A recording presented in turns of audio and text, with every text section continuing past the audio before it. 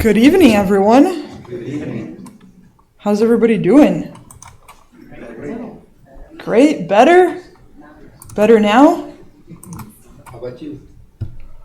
Well, I'm doing fantastic. I mean, after that poem, and let me tell you just how interesting the folks in the spiritual world work, and that Annabelle and I did not coordinate this, all right? In fact, I'm not even sure. Annabelle, did you know what the topic of tonight's message would be? Okay, so no idea, but you will see how her poem fits perfectly in tonight's topic. So I'm not happy now because I'm not the only one that spoils the lecture of the night. oh, not at all.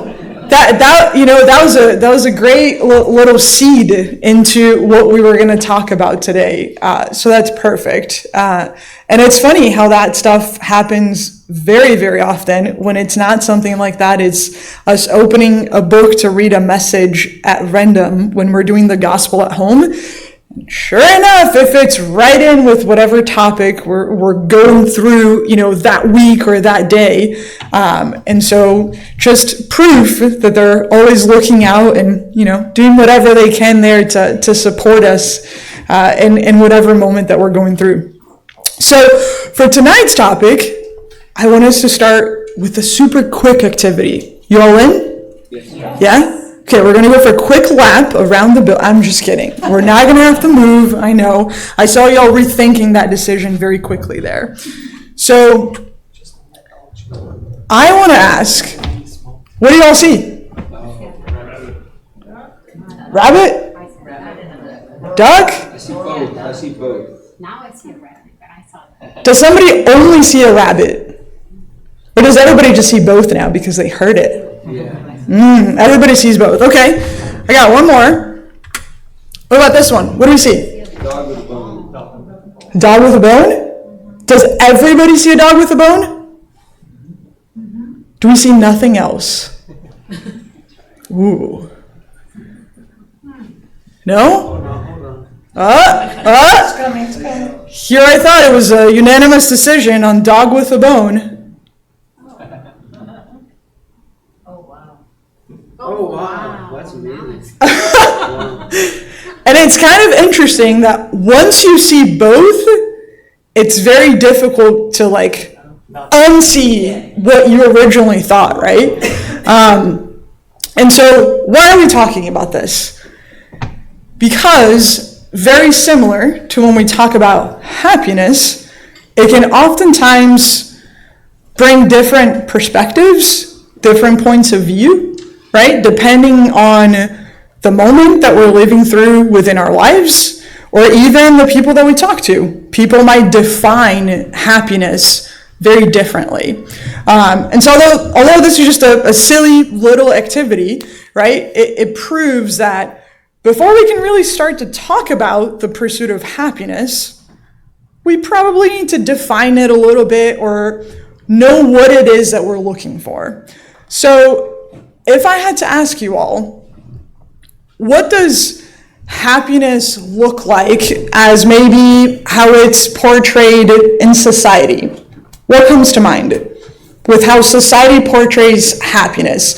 If we had to think about things that we see in the news, social media, what are things that perhaps scream happiness to you? Big house, fast car, beautiful wife. Look at that. Right there. Big house, fast car, beautiful wife. What else? Success in business. Success in business, money, family. Anything else? Pretty much covers it, right? Oh, back there. Maybe like reaching your goals. Maybe reaching your goals, right? Whether they be professional, personal, but something where, you aspire something and you're able to achieve that. Yeah, absolutely. Now, let me ask you, when we do see those things, do we encounter folks that perhaps have not even just one, but all of those things that you have mentioned, yet still mention that they are not happy? Big time, right? And it may not necessarily be folks that we know personally, but even if we just think about, folks that kind of put their lives out there in social media, whether they want to or not, because perhaps they're famous and other people are putting their business out there, even if they don't want to, right? I'm sure that we can think of many individuals, whether in our personal lives or not, that have either many of those things or all of those things and can still say that they have not found happiness, right? And so one of the things that we're going to talk about here and kind of break down is where this perception of happiness as it relates to material things, material possessions really come from. And so if we take a moment to analyze here this view of materialism, we start off with what it means from the perspective of death. And it's really just, that's it. You die, you're donezo, right? That's the end of the life, there's nothing else. And well, if that's all we're really living for, that's where the other things kind of come to light, right? If all that I have is this one existence, well, then the purpose for that is going to be a lot of the things that you all mentioned, which is to accumulate wealth, to pursue all of my self-interest, because, well, this is the only opportunity I have. It's kind of like going to an all-you-can-eat buffet, right? You're going to try to get everything, try everything that you can, because, boy, tomorrow does not exist. And so then it brings us to that definition of success there as being wealth, status, or material achievements. And so when we really only have to worry about those material things because we don't believe that there's anything after death, it really kind of leaves that ethics and morality there up to suggestion, right? Maybe then I get to just follow whatever it is that people are doing because, well, I don't have to worry about tomorrow. This is all I've got. And so, why we talk about this is because we want to make sure that we understand the different perspective that Spiritism can bring to light, but why it is there's so much emphasis on the material things, right? Because throughout history, throughout the course of society, those things are in our face all the time. If you open up the news, it'll show up the number one millionaire and the house that they've bought that has 52 bedrooms and 76 bathrooms, right? Those things are what we see all the time. So naturally, it's normal that people then start to associate those material things with happiness because it's there all the time. It's screaming in our faces, the wealth, the opulence, and all of that. And so it's important then, we talk about what does Spiritism tell us as it relates to those same attributes that we looked at there. And now we're moving away from just that one life, that the end of the existence, and we're focusing on the eternal spirit. So now we're saying, hey, this right here is really more so just an experience that you're going through, but you will continue to live. In fact, death is really just the return to the being that we are the entire time, the self, which would be the spirit, right? And so now we have this concept of afterlife, which then we're saying, well, hold on a second. Now if I have more than one life, now my purpose does look a little bit different because I need to start thinking about tomorrow and the life after that and the one after that. And so when we think about the purpose of life from the view of Spiritism, we're now looking at that spiritual evolution. We're looking at the moral improvement, the advancement, not just of my own spirit, but of the collective, right? Because my purpose is not only to evolve my own spirit, but also to help those around me. And so with that, now that my purpose is different, now my definition of success is also different. I'm not looking for those material things that are only really going to matter up until the day that I die.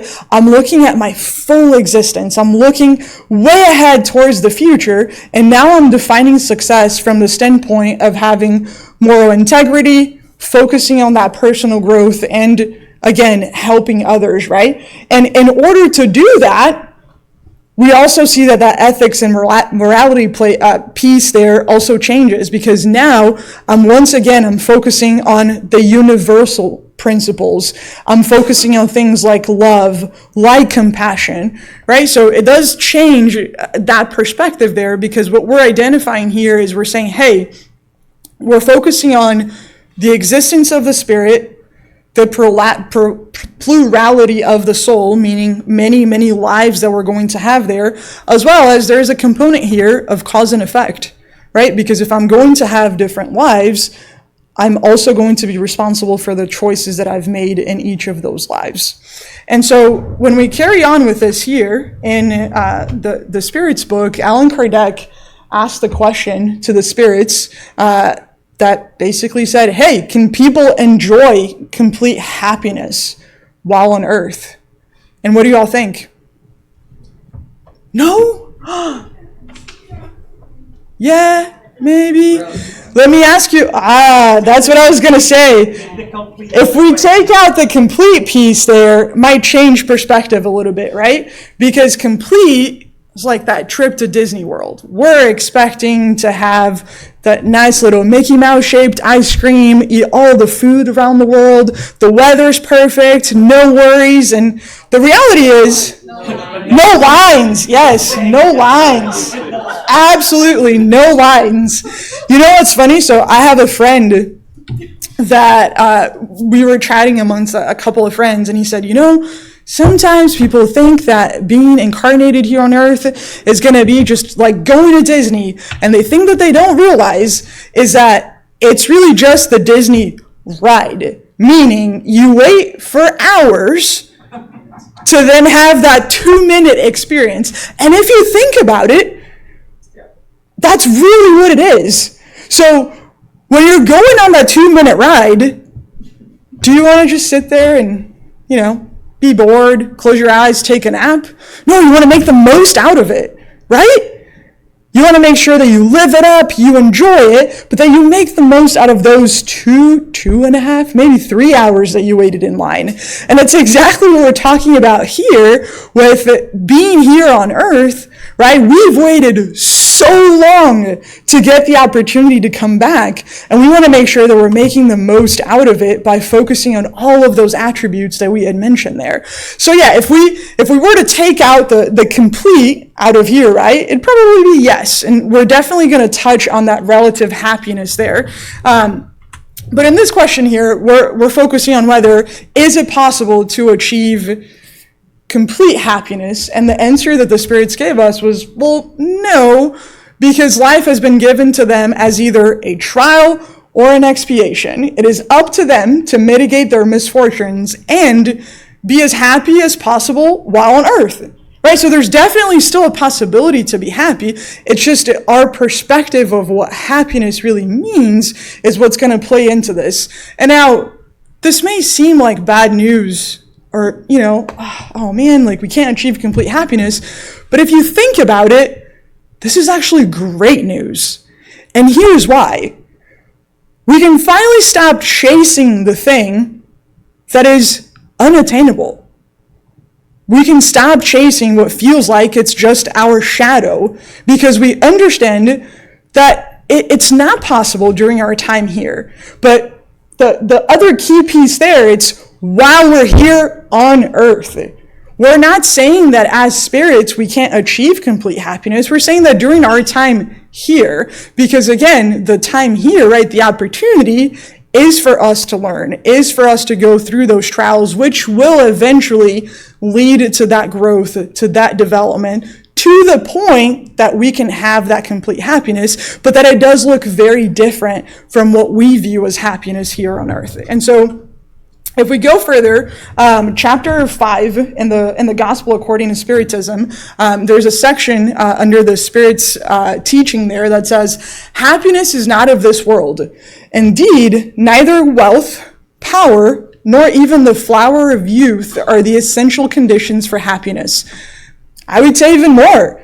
Not even combining all these three much desired conditions are, since we constantly hear people of all ages amongst the most privileged classes bitterly complaining about their situation. So exactly what we were talking about earlier, where we can have someone that has those three things and even way more things and still don't feel that fulfillment, don't feel that joy or that happiness. The same way that you can be in a room filled with people and still feel alone. Right? Because it is not the external conditions that will change how we feel on the inside there. And so they go on to add that those who preach that the earth is humans' only home and that it is only there and only in one lifetime that they're permitted to reach the highest degree of happiness that their nature will allow are deluding themselves and are deceiving those who listen to them. So again, here it's being made very clear that this is just one existence. It is a blink in all of our existence, which is why here on earth, we don't expect to have that happiness that we envision. And this piece goes very, very, very well with that phrase that Jesus had when he was asked whether he was the King of Jews, right? So Pontius Pilate went to Jesus and asked him. They're trying to figure out what was up with that man that everybody started to follow and had all these ideas that were very different from that time. And Pontius Pilate got to him and said, Are you the King of the Jews? And Jesus said, my kingdom is not of this world. And he repeated the question again to him, and he said, if my kingdom were of this world, and those were my people, they would have prevented me from being captured right now. But my kingdom is not of this world, right? Which aligns very well with what the Spirit's called out there as far as the happiness not being in this world. And we'll dive into kind of the next piece here, which going back to the Spirit's book, there's a question that said, we can understand that people will be happy on earth when humanity as a whole is finally transformed. But meanwhile, is it possible for anyone to enjoy relative happiness? Which is what you all brought earlier. And the answer was, most of the time, people are the artisans of their own unhappiness. If they would practice the law of God, they would spare themselves many misfortunes and enjoy a state of happiness that is as great as their existence on such a dense plane will allow. So in here, right, we're making it clear that we, at times, are our own prisoners, but we're the prisoners that hold the key to the cell. We just choose not to use it.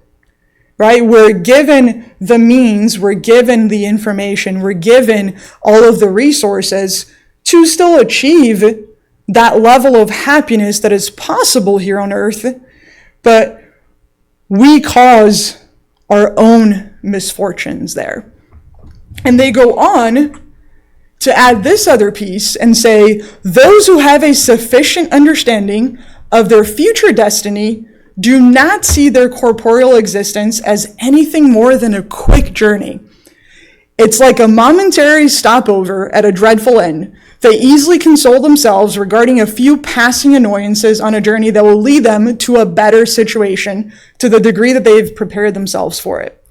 So what we're saying here is we're going on a road trip. It's a road trip that we have prepared for, planned for, prayed for years. We're taking the people we love the most. We're going to the destination that's been on our bucket list for the longest time. We can't wait. But the ride is bumpy. We have to replace the tire. The car breaks down. The kids are crying in the car. But the kids are asking, are we there yet? Every 5 minutes. But once you get there, that final destination was everything that you thought about and more. That's what we're saying with the quick journey. That the challenges, the trials, the tribulations that we're going through here are a part of that journey. But it is such a small part. But we can only see it as a small part when we remember that there's way more life past this one that we're here on earth. And so if I asked you all right now, if I said, who wants $5? What would y'all say? 110. What? 110? Ooh, okay. All right. Tough crowd, man. All right.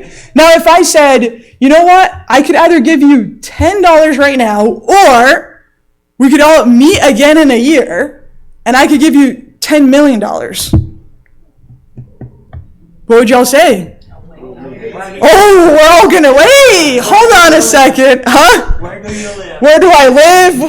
Where can we send the Zelle payment to? But all jokes aside, right? It's a very silly analogy, but that's what we're talking about here. Is we're saying, look, yes, there are going to be challenges. Yes, there are going to be trials during our life here on earth, but that's a small blip. That's a small bump in the road for something much bigger, much greater that is awaiting for us, which we just can't achieve here because we're here to learn.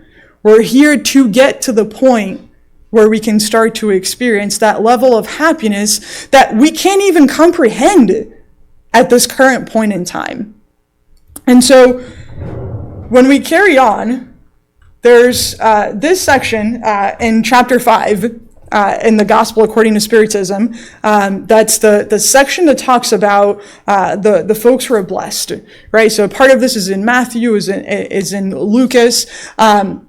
But some of the things that were called out were, blessed are those who weep, for they shall be comforted. Blessed are they who hunger and thirst for righteousness, for they shall be filled. And blessed are those who suffer persecution because of righteousness, for the kingdom of heaven is theirs. Right? We take it a step further, and in that same section, it says, the blessed are the poor, the blessed are the ones who are unfortunate now, but will find happiness later on in life, as well as the last piece there in Matthew, right, that tells us that even if you are struggling, even if you are carrying a heavy burden, we will always find that comfort. And so what we're saying here, right, is although there's not a way to achieve complete happiness, but that's because the happiness that we can truly find here on earth is not even the one we really truly want, right? But we're still being provided the comfort. We're still being provided the resources to eventually get to a happiness that will be much better than what we can even identify and truly feel here. And so one of the things that I really like, there was a book written by Oprah called Build the Life You Want. And there's a section in that book that says there's no amount of positive things that can happen in one's life that will bring us to the ultimate and never-ending bliss, but there's also no amount of negative things that can happen that could keep us from being happier. And the thing that I love about that is that it doesn't say, achieve happiness, period, but it calls out the fact that regardless of the challenges that we might be facing, there's always something to be happier about, right? And so it changes the perspective and it stops us from being the kind of when-if people. Oh, I will be happy when this thing happens, when I buy my house, if I get that job promotion. And the reason why those things don't really stick is because what happens when you finally get that job promotion? You want something else. What happens after you've gotten that car that you've dreamed of?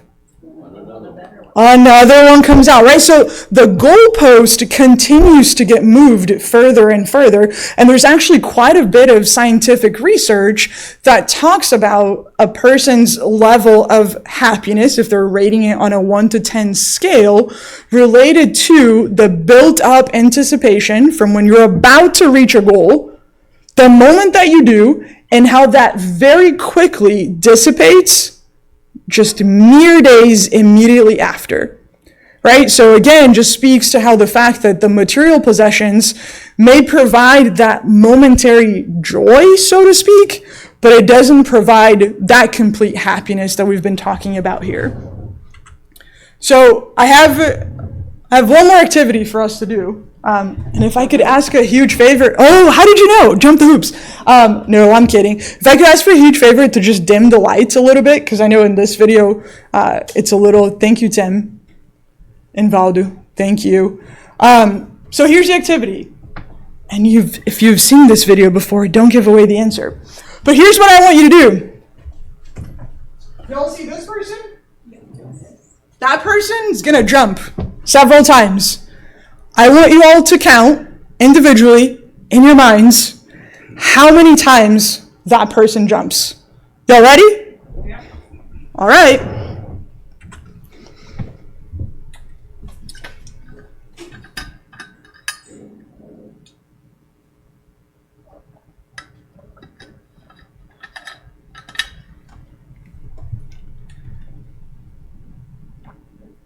All right. What's the final answer?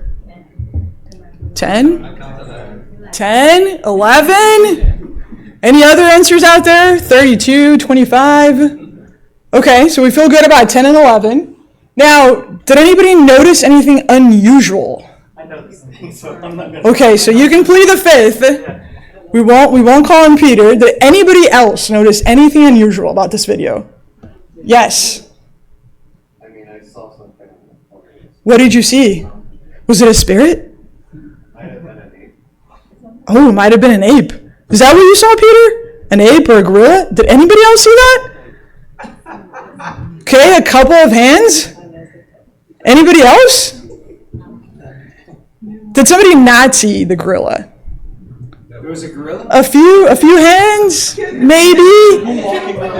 Does I was just about to ask, does anybody not believe that there was a gorilla there and we need to play the video again? And that's an acceptable answer. Okay. Y'all, listen, I'm going to show that I'm just backing up the slides and that it's not a brand new video that I'm putting out there, okay? All right, let's see. Watch the left side. There he is.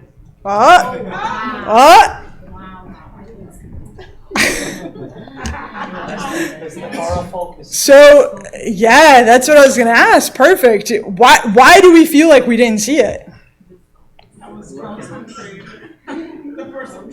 You all were concentrated, right? I gave you a specific task and said, focus on this person jumping. So what do? We filter to just that one thing. So this was an experiment that was done by scientists in the end of it was in 1999.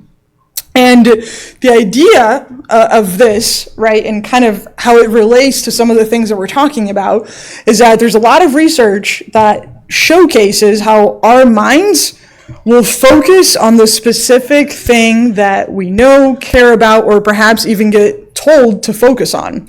And so there's a component to this that scientists refer to as negativity bias.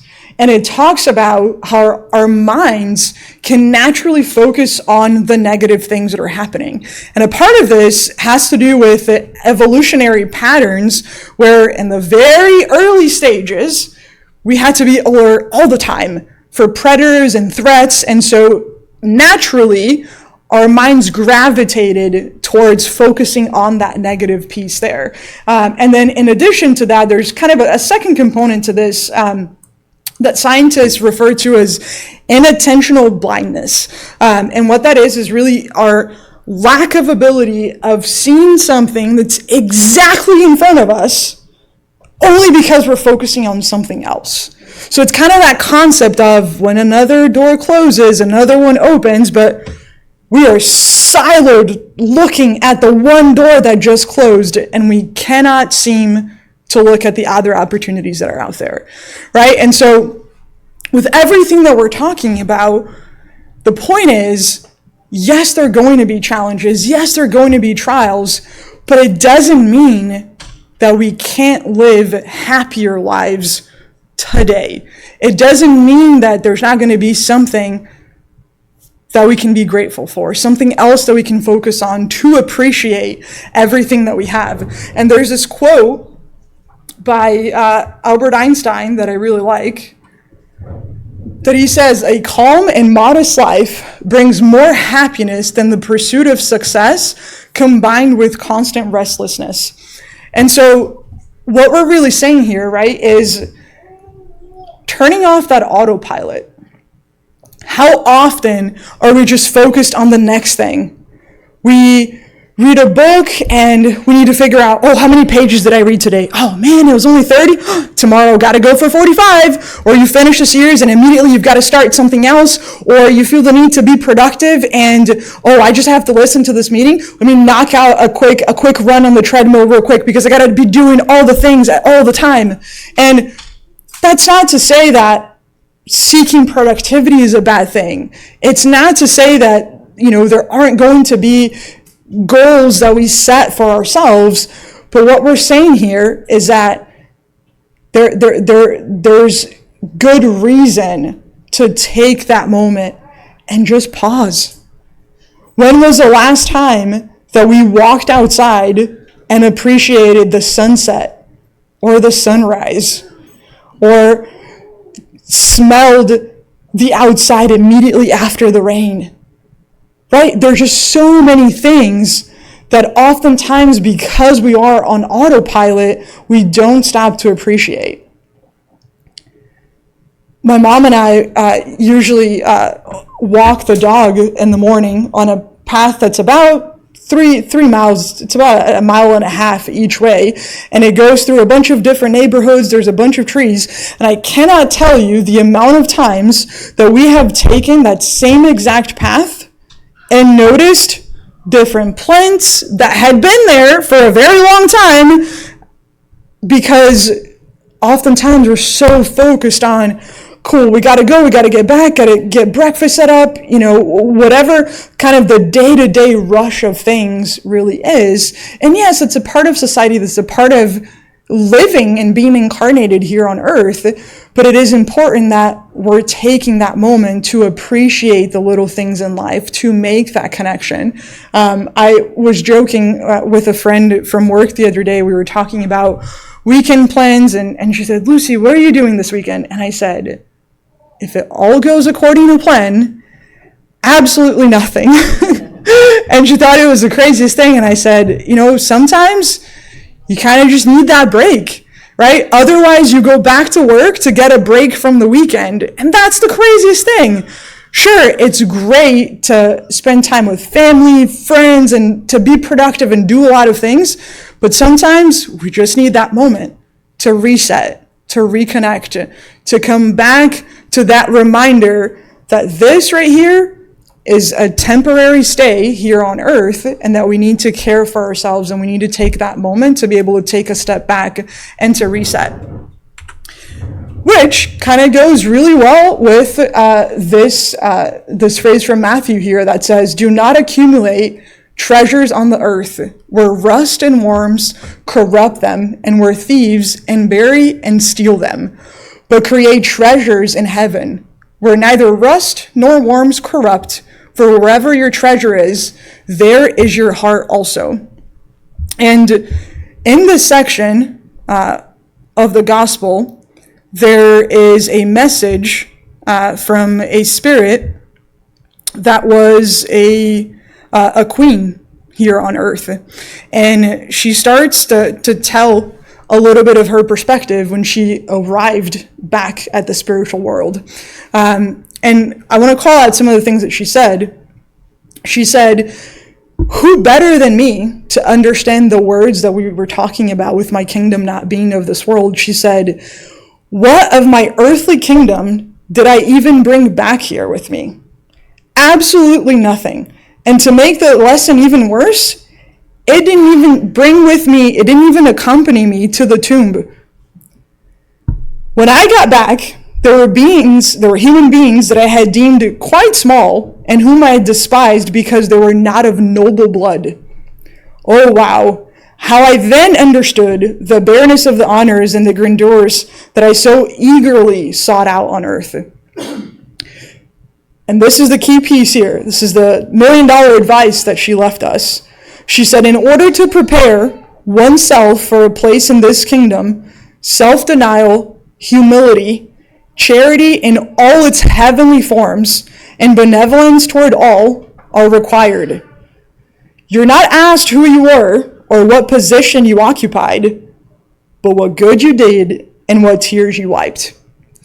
And so it's a great reminder, right? Because I think these are all things that we hear, we talk about in Spiritism, but again, it is easy sometimes for us to forget in the day-to-day. After all, we have material needs being here on earth, and we're not saying to neglect all of those things, right? We're not saying sell your house, quit your job, and now focus on just this. All we're saying is to not let those things supersede, to not take priority over the true happiness that we will achieve by practicing all of the things that Jesus has taught us. And so to kind of end things here, I want to wrap it up by talking a little bit about how we can start.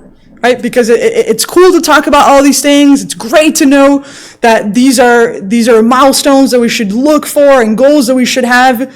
But it's equally important to talk about what we can do today to start making that happen. And it is a habit, right? It is something that we constantly have to be reminding ourselves of. And so the first piece here is gratitude. If you look up scientific studies on the power of gratitude, there are many, many, many studies that talk about how folks that express gratitude start to feel significant improvements on their physical health, which is huge when you think about it, right? Like we're talking about a mindset, a feeling that is easily translating to one's physical well-being, which, newsflash, we should also be taking care of our physical well-being. Otherwise, we're going to end our existence here a little bit early, right? And miss out on all of that opportunity to continue to practice the things that we're here for. And so there are even studies where folks have done functional MRI scans, and it showcases folks calling out things that they're grateful for and how it activates parts of the brain related to pleasure and reward. So a bunch of really cool studies on that piece there. The second one is acts of kindness, right? We talk a lot about charity in Spiritism, but this could be really anything. An act of kindness could be simply giving a listening ear to a friend who needs to vent for a few minutes, who is in need of listening to a different perspective. Many, many ways to be able to do that, even inside our own homes, right? Being patient is an act of kindness. So many, many things that we can do on that front there. And then the other piece is nurturing relationships. When was the last time that we picked up the phone to call a friend that we haven't spoken with in a really long time?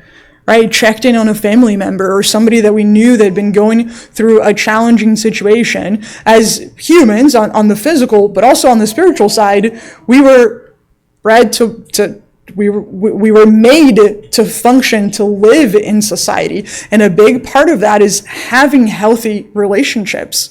And so being able to nurture those relationships, to help, to assist, can also go a long way there. And then last but not least, the practicing mindfulness, right? So really taking just a short moment every day, if we can, to reflect on how the day went. Reflect on whether we were able to do some of the other things at the top there, to just be grateful for the opportunity. Oh, that's okay. That was the end.